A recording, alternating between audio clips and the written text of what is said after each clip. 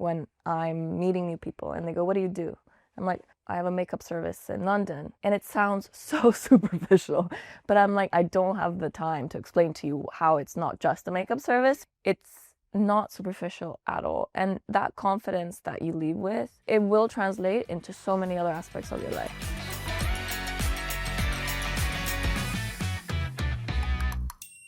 Welcome, Anna and Ellie. Thanks for having us. I'm very excited. First time that I have two people on the couch.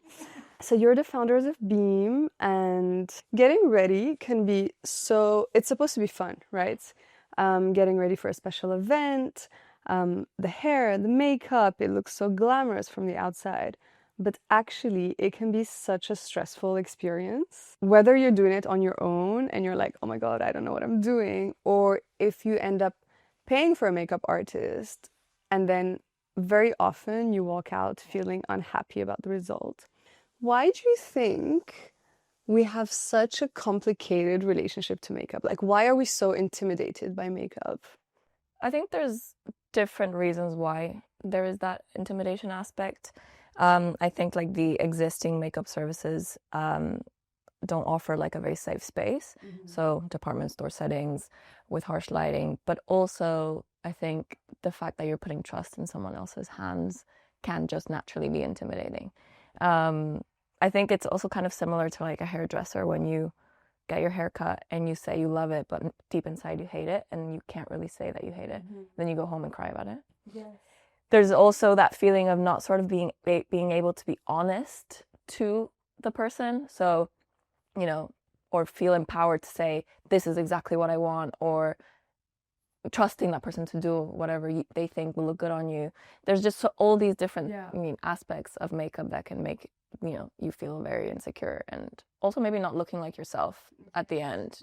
So for you, it's actually been a passion from a very, very young age. Yeah, so I grew up in Ecuador, and in general, a very sort of small circle, conservative sort of environment. My mom was the opposite of that.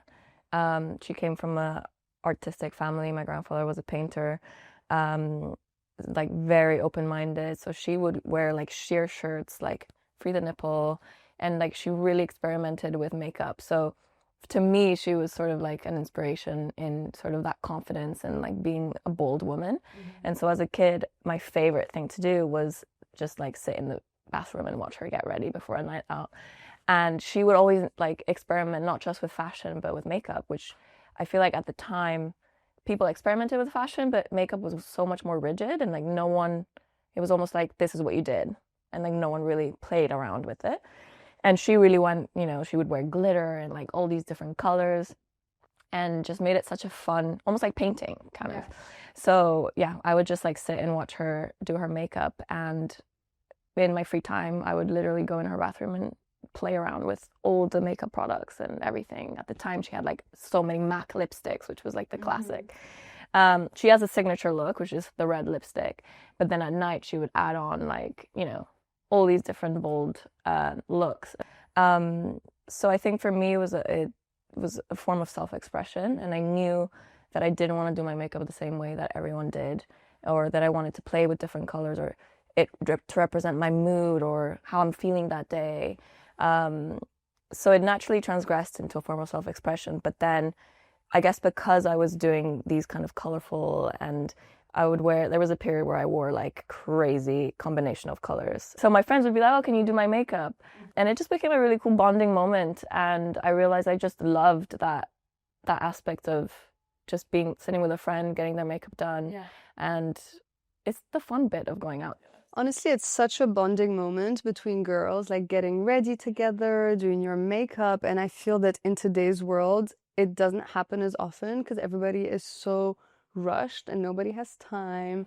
But yeah, when you think of like all the movies that we used to watch growing up, it's like girls exactly getting ready, doing each other's makeup. But we kind of implemented that at Beam actually. So we, like you said, it happened naturally without us really planning it. Mm-hmm. Like we would all bring our makeup bags or just use the makeup at Beam. And in the morning, it was that moment between like the makeup artist and myself and Ellie to just sit in front of the mirrors and do our makeup and talk. Like, how was your weekend? How are you feeling today? Yeah. And it's such a nice way to start the day as well. It's kind of like a moment of like reflection and just bonding with the team. And then you're like, okay, you do your makeup and you're like, I'm ready to conquer the day. I love that. I was just gonna say that, and because we spent a bit of this morning at Beam, and it was just that, like getting ready and chatting, and it's like having girl small talk, but in a very relaxed and very feminine way, actually. Yeah. Well, that's why I think to your previous question of like why makeup can be intimidating, we realized this like from the beginning, and like we actually interviewed a lot of people and a lot of them said that.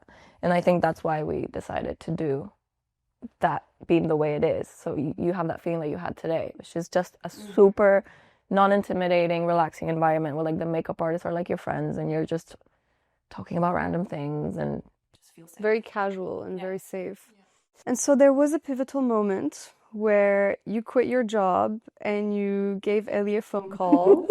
Yes. Take me back to that moment. And yeah, what were you feeling? What were you thinking about?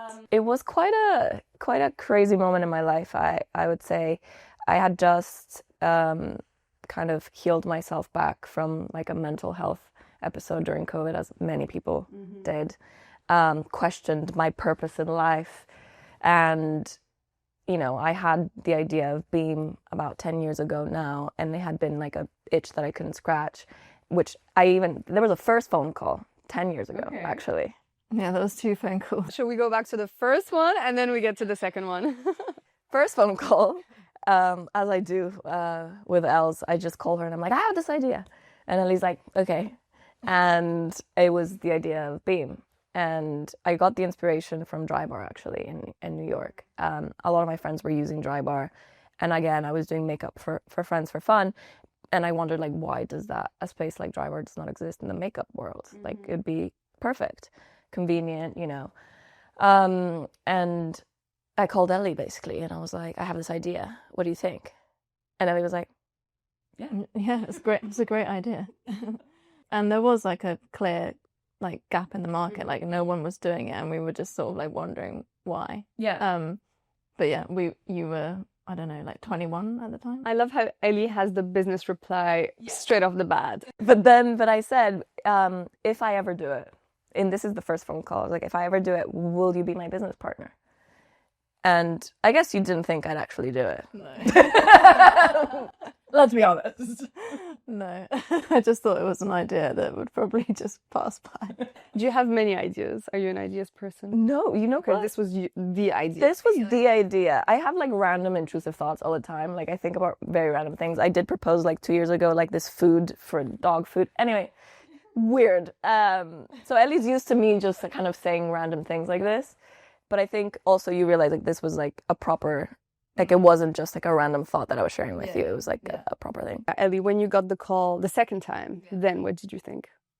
Anna had mentioned like I'm going to quit my job and like I really want to do this. Like, will you do it with me? And I obviously said yes. But then at the same time, I still had that thought in the back of my mind that this wasn't going to happen. Okay.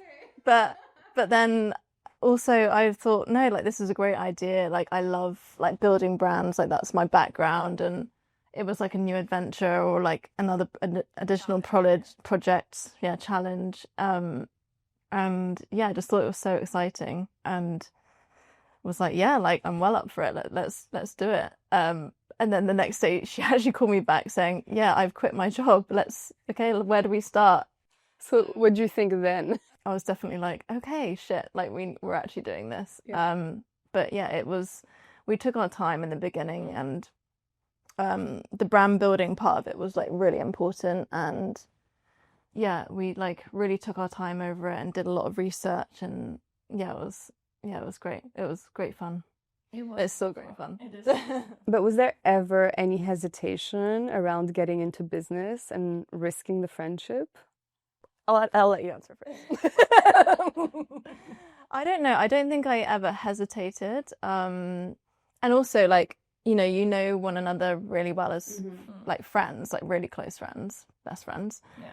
But I don't think there was much hesitation, but what we didn't realize is like actually how well you will get to know one another. through that process. Yeah, like I know, like in a different way. Yeah, in a very, very different, like deeper way, like understanding like what makes one another tick and what is going to motivate you versus what's going to annoy me. And yeah, it's like completely different dimension. But no, like we've definitely had a lot of I had like a lot of negative sort of thoughts from other people being like, oh, you sure you want to do that? You know, that's a bit risky. And I thought, well, as long as we trust one another and as long as we're like honest with one another, then, you know, that's the main thing. Yeah. And if it doesn't work, and then you know that the friendship comes first, it's like, okay, if it doesn't work, it doesn't work. I don't think either of us doubted that the friendship would ever end because of business, you know? So that's a very good place to start. 100%. My parents were like, oh my God, yes, she's the best business partner you could, like, they never, you know, you would think as parents be like, be careful. Like, they were like the opposite. They love Ellie literally like a daughter, and they were like, she's, you know, because she's been an entrepreneur since she was 18. I'm not a natural entrepreneur at all. So for me, I was like, she's just my best friend. One, we trust one another. We have very similar visions of what we want in terms of like the values of what we want a business to be, the aesthetic of the business, the branding, the team we want to build. Like all of that, I already knew that we were going to be aligned. But the professional, you know, career that Ellie has had, being an entrepreneur at such a young age, was like, she just knows she's a businesswoman, you know? So let's rewind to what you were both doing before Beam. So you've been an entrepreneur since 17, 18. Tell me more about that. 18. Yeah, I started out in mainly like marketing and e-commerce, and like in the creative industries. But yeah, just quickly like worked for different fashion brands in London and Sydney, and just sort of realized that I didn't, you know, want to really necessarily work for anyone, or I always had, like from a very young age, knew that I was going to be in business and do my own thing. So my first business, which is a digital agency, so built that since 2014. And then Beam is just a completely different like project altogether. It's like there's so many different areas to it that I didn't fully realize. We didn't fully realize how much of a beast it is as a business to really get off the ground and make it work. Yeah. What I love about this combination is that, first of all, you seem to have really complementary personalities. And I love that you're at the intersection of two completely different relationships to the beauty and makeup concept that is behind the business itself, you know. So you're clearly very passionate and you have this like story with the inspiration of your mom, and then Ellie, you're on the other extreme of like makeup, I don't know, you know. So Ellie, so you mentioned you love building brands, you barely use makeup yourself. So how do you personally relate to the beauty industry, and why was this idea compelling to you? I think, I mean, first of all, I like really believed in Anna's idea that it could work. I just knew that like it was such an amazing idea and that I would want to be a part of it. But I think for me, like as much as I don't wear like, you know, I like to be makeup free on certain days, I also really like to feel good in my skin and like and as much as like makeup may come across like superficial, but I think it is, well, personally for me, like wellness and self-care and well, health and fitness, like all of that side of that industry has been like really important to me from a very young age. But Beam is like so much more than just, you know, makeup. There's this community element, and there's, you know, building this brand and like also changing the perception of like makeup, and like that you don't need to be, you know, you don't need to feel like not like yourself. You can come in and be in a safe space. So I think there's like so many different elements to it. And obviously the main element is like building this brand, and like I always get inspiration from other like brands and products, and just always on the hunt for those sorts of things. So that side of things really interests me as well. And I think it's also super important to mention that the brands you have in the space, which you use on your clients, but that people can also purchase, are all clean, right? And I think when you have that shift of starting to use clean beauty, scanning every product before you buy it, understanding what you're putting on your skin, it changes from being a superficial relationship of, oh, I'm just going to put this so I look good on pictures versus I want to take care of my skin. I want to put something that's going to, you know, nurture, nourish, really give me a healthy skin versus just like painting without really taking into consideration the effect it's going to have on your skin in the long term. Definitely. And also I think with social media as well, you know, we grew up without, or at least early on without social media and like having anything to like look at in terms of what other people are doing and trends. But now it's like so overwhelming, you know, with young kids like growing up, like I think it's also important for them to know that they don't have to just follow a trend, and it can be just be who you are, like however you want to be. Yeah, I think it's like limiting like social media now. As much as we have all this incredible access to so much content and creativity and everything, there's still this kind of overwhelming sense of looking the same because of a trend, especially in the beauty industry. It's like the clean girl aesthetic. Now it's like, say goodbye, like the start of this year, like say goodbye to the clean girl aesthetic. Now it's like all colorful and stuff. And at the end of the day, like, you know, we do get asked a lot of questions of like, what is, you know, a trend that you love?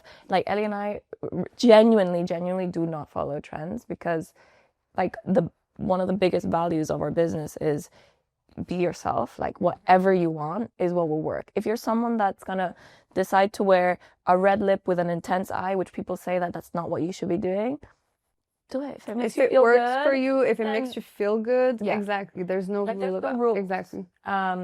We really think there's no rules when it comes to makeup, and it's what, you know, you feel yourself with. So I do feel like there is this sort of overwhelming sense of people having, like, not experimenting with makeup or beauty, or they just want to look a certain way because people are telling them that they need to look that way.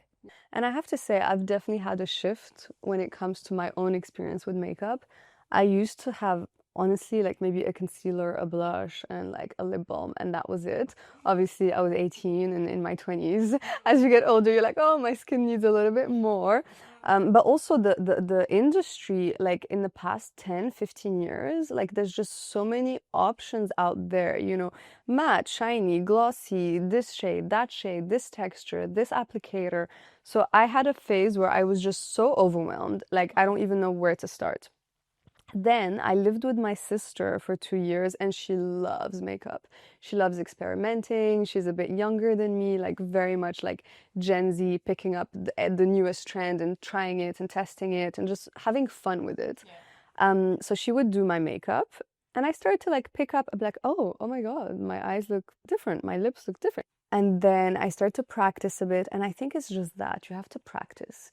You have to just like, it's a lot of trial and error, you know, you just play around with it. You know, if you're someone like your sister who's like very proactive and happy to explore that, then that's great. But other people like really need direction. Yeah. And when we do our Discover sessions where you can come in and learn from the makeup artist, it's not just like learning how to do things, but also learning like what type of product is going to suit you. Like you said, like there's matte, glossy, all these different things that is so overwhelming. And if you can get it, like actually get something that suits your skin, is going to be good for your skin as well, then at least like they get like the knowledge that they need, and it's not so intimidating. Yeah, and if you have someone there that's really just guiding you through it, which is very different than when you go and you book a makeup appointment at a brand, because then they are using their products. Yeah. So they're going to work within the confines of that, right? We also get people that bring their own makeup, and they go, this is my makeup, tell me if I'm using the right things or not. And they kind of do, you know, a guided session where they're able to go, okay, actually this foundation that you're using, your skin, how long have you had it? They'll be like, okay, 10 years I've been using the same foundation. Like your skin changes throughout your life. So they're like, okay, this is actually not going to work for you now, or it is, keep doing what you're doing, it's perfect. So it does give that, you know, flexibility. And so who are your customers today? I do think we have like two key different customers. It's either those that are very, like what we were talking about earlier, like very scared of makeup and they want to just like come along and like feel comfortable, and like we do get those reviews where it's like, you know, I was really intimidated by makeup, or but I love this look, it looks amazing, and so we're then like, well, we've nailed that customer because that's like perfect. That's what we wanted. We wanted them to like leave like feeling amazing and confident in themselves. And then we have the other customer, which is probably like your sister, who's just like mad about makeup, mad about beauty, and just like is picking everything off the shelves and like, can I try this? Can I try this? Can I try this? I think they're the two key. But in terms of like it's so We've vast. had 10-year-olds. Wow. And then we've gone, like, our ages ranges from 10 to 70. But obviously our majority, I would say 30s, 40s, like young professionals. We get a lot of women who travel a lot for work, like boss ladies, like lawyers who are like, I'm in New York tomorrow and I'm in Dubai here, and they travel and and they get their makeup done for work. Lots of events, parties. We really wanted Beam, like it was in our values to be inclusive, but it's, you know, in our pop-up, we didn't have a single man come, even though in our campaigns and our marketing, we did make it very clear, like we really want it to be anyone and everyone can come in and get their makeup done. Like it's not, but I think naturally the beauty industry has this like women connotation to it. So maybe in like a salon, like men would be intimidated to come in. But we have had men, finally. I love that. Yeah, we actually had this one guy who didn't know how to do makeup or anything, called and was like, do you take men? And I was like, of course. He was like, am I the first one? And I'm like, no, of course not. It's fine. You can come in.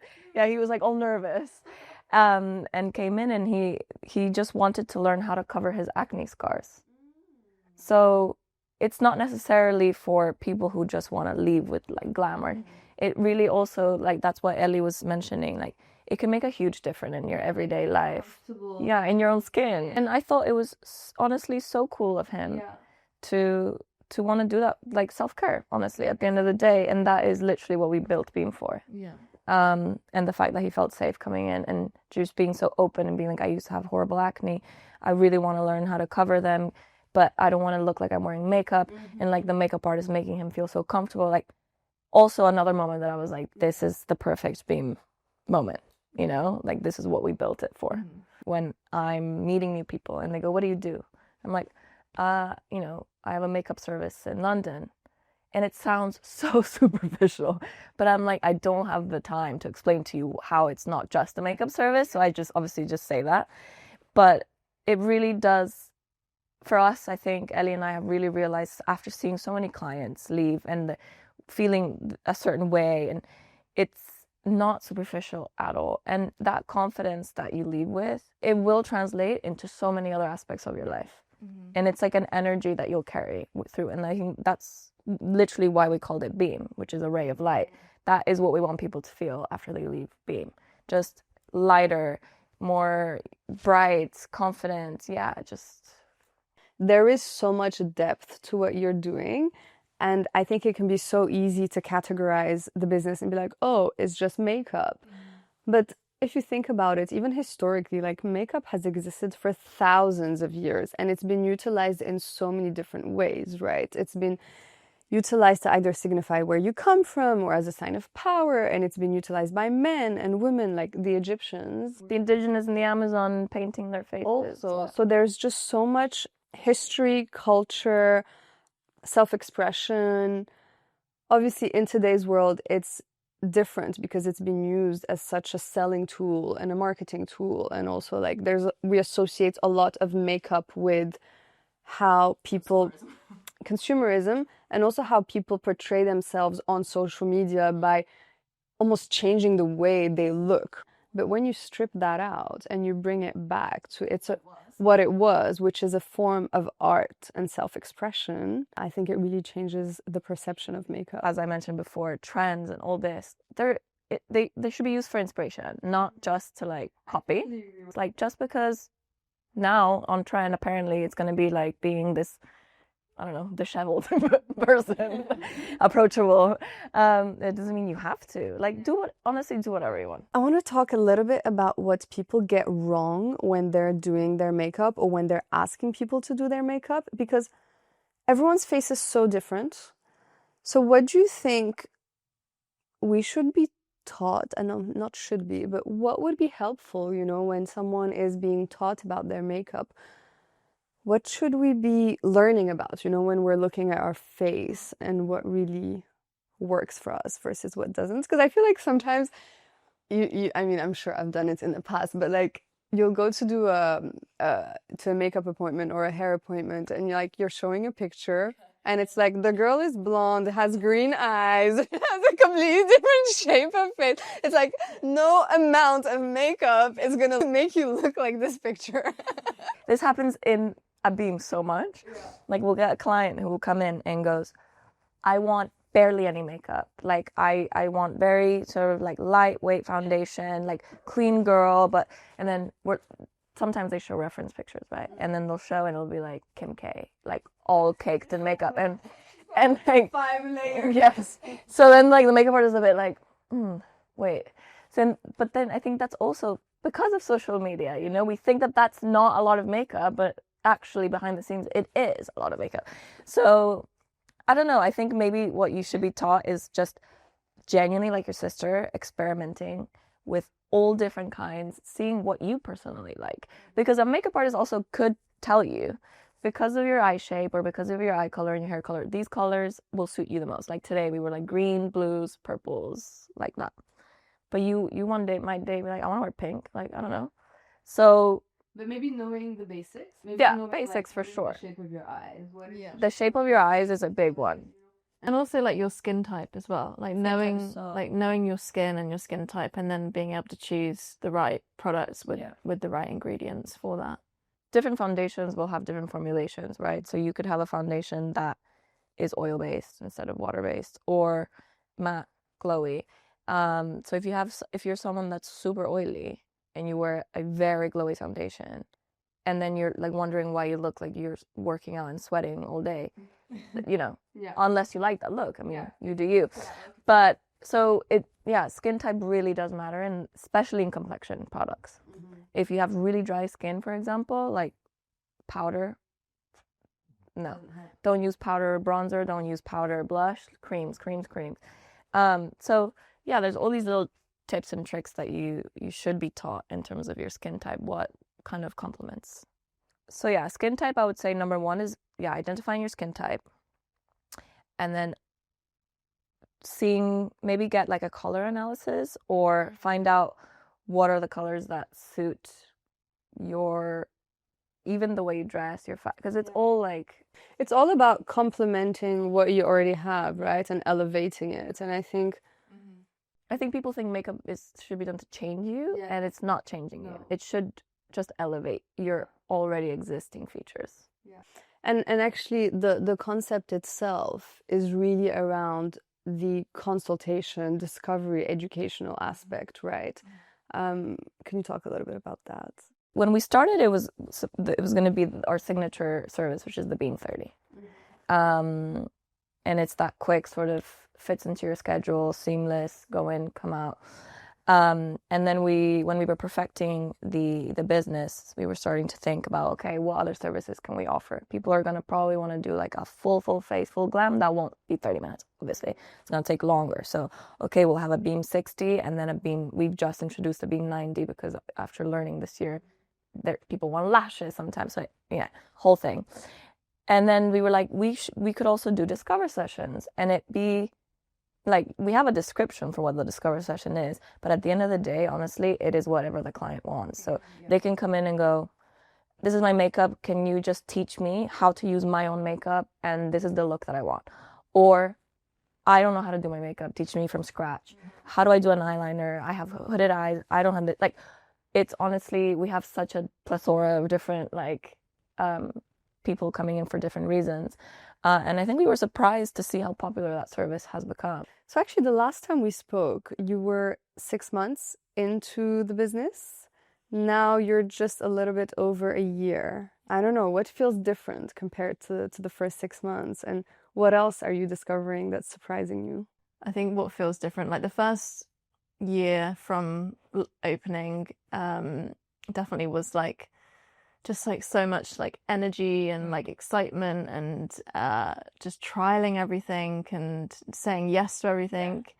And I think this year, like we sort of started 2026 with maybe a slightly different attitude, and this is sort of like our growth period and getting down to business and being a bit more serious, but still, you know, that and like that sort of atmosphere and environment needs to come through at Beam still. And the first 6 months, of course, is our first permanent location. And what's been also really lovely is that our team hasn't changed from when we did pop-ups. It was almost like a team celebration as a whole, as much as it was for me at Ellie to like have a permanent location with all the girls involved. And so it was such an emotional and super fun, yet sort of like, oh my God, kind of taking it day by day, because it was such a whirlwind, and it was just me and Ellie really doing all the everything.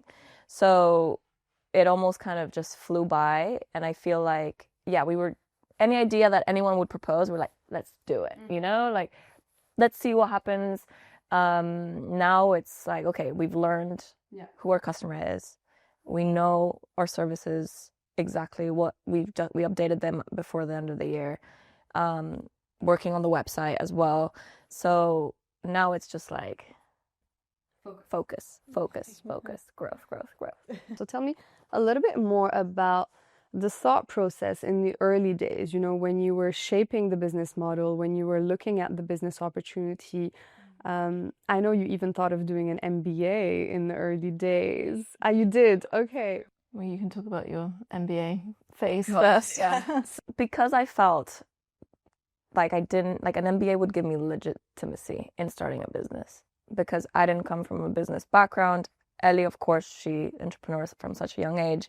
I worked in fashion. Even though I did business development in my previous jobs, it was still not like a traditional sort of business route that I ever took. So I almost felt like I needed confidence, and that MBA was going to give me that. And I was obviously terrified of starting a business, as one is. And I felt like that, you know, having that MBA was going to make me feel less scared, or just, you know, give me that. And then did the MBA 3 months, and then had a bit of a mental breakdown. And I was like, you know what? I don't need this MBA. Like, I'm going to be 30 years old. I don't have kids. If I don't do this right now, I'm never going to do it. Like, why am I wasting time? Also, the MBA, part of the reason why I dropped out was because it was during the pandemic and it was all online, and I was also working full time as well as doing the MBA. And I basically dropped out of the MBA, quit my job, and then we went, you know, it was that, like, it just gave me so much power to be like, let's do this, you know, because I'm putting all my eggs in this basket now. I don't have any plan B. Like, let's go, you know? And as you said, the timing was right. Although the fact that it was the pandemic, I guess it's a good time to start thinking about the business and like doing all the work and research behind the scenes. But then you also don't know when you're going to be able to start. Yeah, it was a long time. Yeah, we made, like, I think we thought at the time that we were actually taking quite a long time over getting it from an idea to anything substantial. But actually we spent the time doing a huge amount of research, like market research, speaking to people like on the street. Yeah, we spent a lot of time building the brand, and like from the research, like building out those like sort of core principles and values for the business model, and like what the customer really needed. And then the next stage was, okay, well, we need to sort of test this concept to see how it performs in you know, real life. So the idea initially was to do multiple pop-ups around London in different locations. We started with our pop-up on the King's Road, and we did carry out a few additional pop-ups, but we like realized really quickly that like the clients wanted to come back all the time, and so we had like that loyal client base. And so really the pop-up sort of idea wasn't going to last much longer, and we knew that we needed like that permanent space to sort of like really go big with the brand and what we were trying to do. In Chelsea, we realized that our customer journey was hair, nails, makeup. Yes. And we had that right around us in the pop-up. So we were like, that worked. So we need to find a space that also has nails, hair, and like beauty corners around us, so that it just makes sense together. And then you actually have you have to pitch your business, kind of like Dragon's Den. I remember Ellie was already in New York then, and she was like in this massive screen, and like I was there with all the people. So, but who are you pitching your business to? To the potential landlords. And like shops don't become available that often in London. So we weren't the only ones pitching. We had about 20 brands that also were competing with us. And, you know, we're a new brand. We've just done a 3-month pop-up. We don't have much to show, apart from like, please believe in us. We promise it's going to be great. I think we were just like so geared up to like, we need to get a location. And yeah, we had our eyes like set on very specific locations, and one being in Marylebone, but also Belgravia was like such an incredible spot for like many different reasons. A lot of like complementary businesses in the location, and Victoria Station. Yeah, easily accessible, and but yeah, it was quite stressful. And like also we like didn't know, you know, the process can be so quick once they said, you know, yes, you're in, like in terms of from that from that day to getting the keys, you know, to carrying out the fit out, and then opening. And we had like a fit out proposal to a degree. Yeah, because they request like renders of what it would look like and everything. Yeah. So we had our interior designer already, like, the design has to be signed off and everything. It's very, very regimented. The pop-up experience, so you learned so much from that. So what else did you learn about, you know, the demand, what the people expected, or what the experience was? I think the main thing was retail space, selling product. So when we did the pop-up, we did not sell any product. We were using makeup that the makeup artist and Ellie and I loved. Of course, they had to be cruelty-free, vegan, and all this. But it was just our kit. You know, it was like the makeup that we were just using on the appointments. There was no retail space. And so quickly, I think even within a couple of weeks, we realized we needed to have retail, because everyone was, can I buy this? Can I buy this? On the spot. Yeah. So then, as you did this morning. So I think when that happened, we didn't just want to be another Space NK or Sephora with the same brands that you see everywhere. So that's when we started to ask ourselves, okay, what are the brands that we're going to be stocking, and how are we going to differentiate ourselves from what's already in UK in the beauty industry? I think just also because we realized a lot of the makeup artists have so much knowledge about all these independent brands that you do not hear about, or they are huge in their own country but not in the UK, and they introduced us to so many incredible independent brands. What would be amazing as well is to have brands that are exclusive to us and you can't find anywhere else in the UK. So you have to come to Beam if you want to get it. And our strategy was, okay, look at different countries, see what is like an amazing brand that everyone's obsessed with in said country and that they don't sell in the UK, that is aligned with all of our Beam values and everything. And so, for example, one of our hero brands is Switch Beauty, which is exclusive to us, which is you were wearing the blush, I think. Yeah. Mm-hmm. And her story is incredible. Started her brand when she was 14 from her bedroom. She's only 24 or 25 right now, has an empire in South Africa. It's like the biggest makeup brand in South Africa, but no one else can access it here or has heard about it. We get a lot of South Africans coming to us just to like be like, please. Because usually they go, oh, I don't have to just bring back an entire suitcase when I go home to South Africa. Instead, I can just come to Beam. So we were like, okay, that's interesting. And So that was a strategy as well in terms of choosing the brands. And the makeup artists have been amazing in also being a helping hand because they are the professionals in the industry. They're around makeup every single day. They have so much like niche knowledge that you can only get from working in the industry and like practicing, consuming the product all the time. You know, as we're talking about social media, we get bombarded with so many brands, and like the branding can be absolutely beautiful that you purchase it, but like, is it good? The makeup artists are the ones to go, it is good or it's not good. So we're super lucky that they're a huge part of our business. So for someone who has no idea how this type of business works, like what are the different components of like the business model itself? Let's say someone wanted to open a studio in a few years. What is the actual business behind it? Well, the core principle is the service-based model, makeup, just, the dry bar of makeup. Which is what we did when we started. And that's why Ellie was saying we weren't really prepared to realize that there was then all this other side that of the business that we were like, okay, it's just going to be a makeup service. But no, like, I think also nowadays when you launch a business, you need to think about so much more than I feel like back in the day. It was like, okay, you could have just like a makeup service, but nowadays you need community, you need value behind your purpose, you need brands that tell a story, that are good for your skin, good for the environment, sustainable. Like you need to think way, way bigger. Yeah, I think we try and go back to, like focusing on the core, which is the service, and promoting that. But ultimately, we have our sort of community events that we host and run, and that could be Beam events or events with our brand partners, and really trying to like build that sort of beauty and inspired community to Beam, and like really bring people back.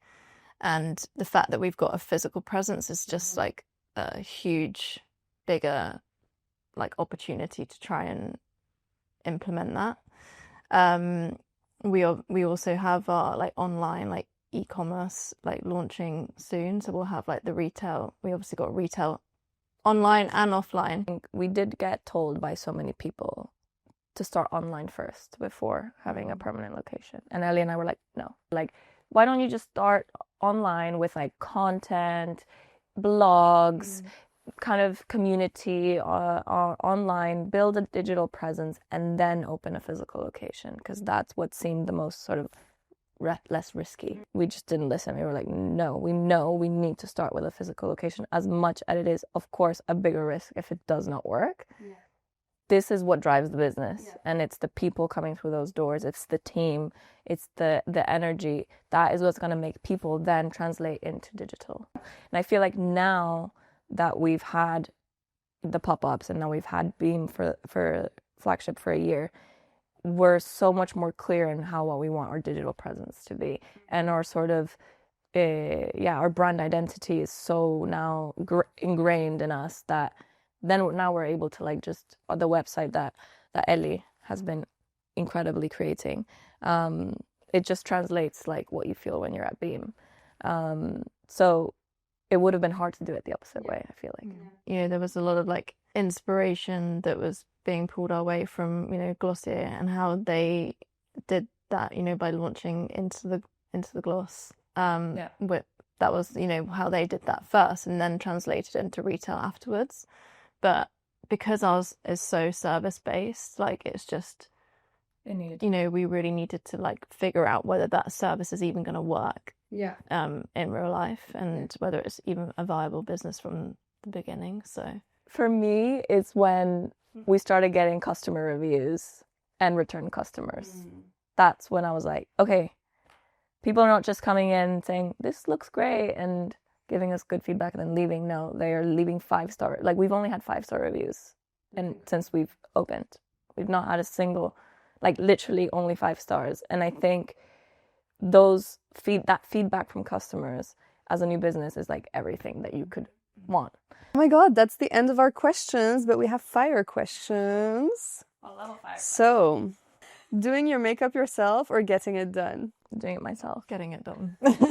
Eyeliner for everyone, yes or no? No. No, really? I mean, if you like it, sure, but I don't think everyone necessarily suits an eyeliner. Sometimes it can make your eyes look a lot smaller. Sometimes it can make it look a lot bigger. Just come to Beam, we'll tell you. Red lipstick for everyone, yes or no? No. No? Okay. What's the one makeup trend that you do not subscribe to? Fake freckles. Hmm. I think it suits some people so well, and then others, like I tried fake freckles on me, and honestly, I looked like a crazy person.